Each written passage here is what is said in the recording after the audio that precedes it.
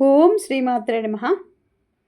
ఈరోజు మంచి కథ చెప్పుకోబోతున్నాము. ఐశ్వర్య కారకురాలు. ఒకసారి జగన్మాత పార్వతీదేవికి తన నాన్నగారైన విష్ణుమూర్తితో బియ్యం పొందాలని కోరుకుని విష్ణు కన్ను నుండి జన్మించిన దేవయాన్ని తన రెండో పుత్రుడైన కుమారస్వామికి ఇచ్చి వివాహం జరిపించడం కోసం వైకుంఠానికి వచ్చిన పార్వతీదేవిని వైకుంఠవాసిని అయిన మహాలక్ష్మి సాదరంగా ఆహ్వానించింది. వైకుంఠం అంతా సర్వశోభాయమానంగా లక్ష్మీ కళతో కళకళలాడుతూ ఉంటుంది. సాక్షాత్తు లక్ష్మి ఉండే ప్రదేశం కనుక కనక మణి రత్నాలు వజ్ర వైడూర్యాలతో వైకుంఠపురము అత్యంత రమణీయంగా ఉంది. వరుసకు వదిన పైగా తన భర్తకు అత్యంత ఇష్టడైన పరమేశ్వర పత్ని తానుని గౌరవించాలి కనుక అన్ని సపర్యాలు తానే చేసి కుశల ప్రశ్నలు క్షేమ సమాచారం తెలుసుకుంది మహాలక్ష్మి. కాసేపు ఇరువురు అవి ఇవి మాట్లాడుకునేక తన కొడుకైన కుమారస్వామికి దేవయాన్నిచ్చి పెళ్లి చేయమని మనసులో మాట బయటపెట్టింది పార్వతీదేవి. ఆ మాటతో ఒక్కసారిగా కోపావేశరాలైన లక్ష్మీదేవి దిగ్గును లేచి కయ్యానికైనా బియ్యానికైనా సమ ఉజ్జీవం కావాలంటారు. కొండ ప్రాంతాల్లో గడగడ వణికించే చలిలో ఇల్లు కూడా లేని మీకు నా కూతుర్నిస్తే ఏమి సుఖపడుతుంది? ఆశపడ్డానికి కూడా అర్హత కావాలి, తెలీదా మీకు? మీ వారి ఒంటిపై కనీసం వీసమెత్తు బంగారమైనా ఉందా? శరీరాన్ని కాపాడుకోవడానికి బట్టలు కూడా లేకుండా ఆ జంతు చర్మాలు కట్టుకొని సంచరించే ఆదిభిక్షు సకల సంపదలకు ఆదిదేవత అయిన నాతో బియ్యమందాలని అనుకోవడం ఏమిటి? నా భర్తకు ఆప్తులైన మిమ్మల్ని గౌరవిస్తున్నందున మీరు ఇలాంటి కోరుతారా? కావాలంటే మీరు కోరినంత సంపదను భిక్షగా వేస్తాను. దాంట్లో మీ కుమారునికి మరెక్కడైనా అమ్మాయిని చూసి పెళ్లి చేయండి. నా కూతుర్ని మీ ఇంటి కోడలుగా పంపే ప్రసక్తి లేదు అంటూ నికెచ్చిగా చెప్పి అక్కడి నుండి రుసరుసలాడుతూ లేచి వెళ్ళిపోయింది లక్ష్మీదేవి. పాపం జగన్మాతకు లక్ష్మీదేవి తనను అలా తోలునాడటం చాలా అవమానం అనిపించింది. ఆమె చాలా బాధపడుతూ కైలాసానికి బయలుదేరింది. నిత్యం తపస్సమాధిలో ఉండే శంకరునికి ఆమె కన్నీటితో మొరపెట్టుకుట సాగింది. జరిగిన విషయాలన్నింటినీ తపస్సులోనే గమనించిన పరమశివుడు పెదాలపై చిన్నగా చిరునవ్వు మెరిసింది. నాకు అవమానం కలిగితే నీకు నవ్వులాటగా ఉందా స్వామి? ఆ లక్ష్మీదేవి నన్ను నా స్థితినే కాదు సాక్షాత్తు తమన్ని కూడా అవమానించింది అని ఉక్రోషంతో పరమశివుడిని కళ్ళు విప్పి, పోనీలేదేవి, తెలియని వాళ్ళు రకరకాలుగా అనుకుంటారు, అన్నీ పట్టించుకోని అవసరం లేదు అని సామని అన్నారు పరమేశ్వరుడు. అది కాదు స్వామి, లోకంలో అందరికీ జ్ఞానభిక్ష ప్రసాదించే దక్షిణామూర్తి స్వరూపులైన మిమ్మల్ని భిక్షగాడిగా భావించి ఆమెను మీరేమీ చేయలేరా అని అడిగిందామె. పరమేశ్వరుడు చిన్నగా నవ్వి, ఏం చేయను దేవి, ఏమి చేసినా ఆమె మీ అన్నయ్య భార్య అయినా శ్రీహరి ఇల్లాలి కదా. ధన సంపదలు ఉన్నవారికి అహం సహజమే. అయినా ఆమె లేని విషయం అనలేదు కదా. మనకు ఇల్లు లేదు, పైగా నా ఒంటిపై వస్త్రాభరణాలు లేవు, ఉన్న విషయమే అన్నది కదా అని చెప్పారు పరమేశ్వరుడు. అందుకని అన్నగారన్న గౌరవం లేకుండా మీకు భిక్ష వేస్తానంటుందా అంది కోపంగా పార్వతీదేవి. ఆహా, సోదరి లక్ష్మి అలా అందా? లోకంలో ఎవరైనా ఇష్టంగానైనా అయిష్టంగానైనా నా శివలింగానికి చెంబుడు నీరు, అడవిలో పువ్వులు అర్పణ చేస్తే స్వీకరించే నేను నా సోదరి వేసే భిక్షను స్వీకరించను. నేనిప్పుడే ఆమె వేసే భిక్షకు బయలుదేరతాను అని వెంటనే లేచాడు పరమేశ్వరుడు. మమ్మల్ని అవమానించడానే కాకపోతే మీరు నన్ను దుర్భాషలాడిన లక్ష్మీదేవి దగ్గరకు భిక్షకు వెళతారా? నా కర్మ కాకపోతే అంటూ మరింత దుఃఖపడింది పార్వతీమాత.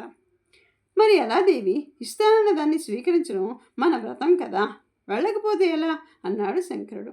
సర్లేండి, భర్తగా మీరు వెళ్ళి అవమానం పొందడం ఎందుకు, నేనే వెళ్తాను అంది రోషంగా పార్వతీమాత. అందరికీ అష్టైశ్వర్యాలు ప్రసాదించే అన్నపూర్ణవు, నువ్వు చేయి చాచి అడగడం నాకు ఇష్టం లేదు దేవి. కోపంగానైనా వేళాకోళంగానైనా దర్పం కోసమైనా ఆడంబరం కోసమైనా ఇష్టంతో అయిష్టంతో అయినా ఏ వస్తువైనా శివార్పణ చేస్తానంటే స్వీకరించడానికి ఉమాశంకరులు ఎప్పుడూ సిద్ధంగా ఉంటారన్నమాట.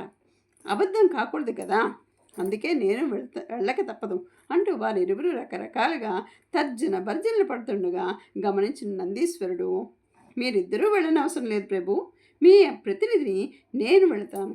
లక్ష్మీదేవి మా భక్తితో ఏమి ఇచ్చినా మీరు స్వీకరించండి, అవమానిస్తే అది నేను స్వీకరిస్తాను అన్నాడు.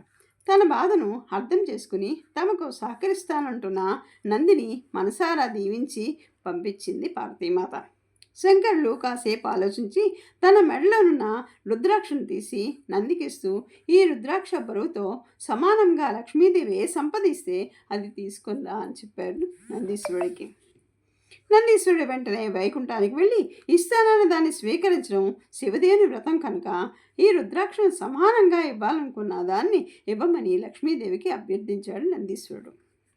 లక్ష్మీదేవి విలాసముగా నవ్వి, అడుక్కోవడంలో కూడా అభిజాత్యం ఎందుకు, వారే రావచ్చు కదా, అయినా ఆదిలక్ష్మి అభ్యర్థించడం బోడి రుద్రాక్ష అంతటి సంపద కోసమా, ఈ రుద్రాక్ష కాస్త పచ్చిది అయినా బరువు తూగేది, ఎండిపోయి వాడిపోయిన ఈ రుద్రాక్ష బరువు సంపదేమిటి, పోన్లే కాస్త ఎక్కువ తూగడానికి కాబోలు కాస్త విభూది కూడా ఎక్కువ పొలిమి తీసుకొచ్చావు అంటూ నందిని కూడా హేళన చేసి అక్కడ ఉన్న బంగారు త్రాసు పళ్ళెంలో రుద్రాక్షను విసిరి దీని బరువు బంగారం తూసి ఇచ్చేయనంటూ చెలికెత్తకు ఆదేశించింది లక్ష్మీదేవి.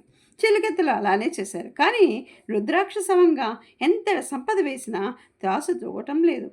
వైకుంఠంలో రత్న, మణి, స్వర్ణ, వజ్ర, వైడూర్యాలతో సహా సంపదంతా వేసిన రుద్రాక్షం ఉన్న వైపు మాత్రమే కదలటం లేదు. లక్ష్మీదేవికి చాలా అవమానిపించింది. పైగా అక్కడ ఉన్న పార్వతి పరమేశ్వర సేవకుడైన నంది ఆయన దగ్గర తన సంపదంతా సరితూగడం లేదన్న బాధ ఆమెకు కుంగదీయసాగింది. రకరకాలుగా తంటాలు పడి త్రాసును కదల్చాలని అవస్థలు పడసాగింది లక్ష్మీదేవి.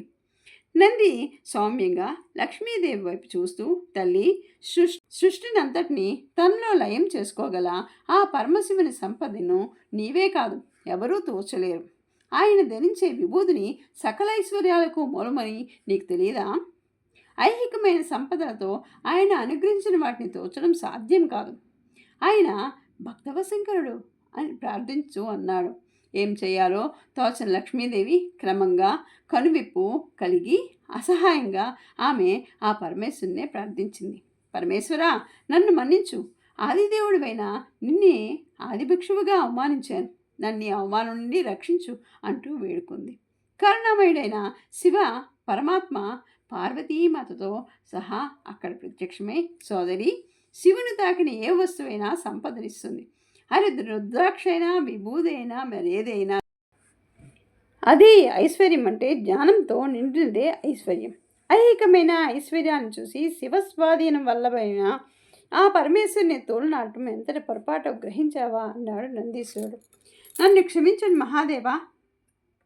జగన్మాత అయిన మహాదేవితో వెయ్యమందడానికి నేను మనస్ఫూర్తిగా అంగీకరిస్తున్నాను.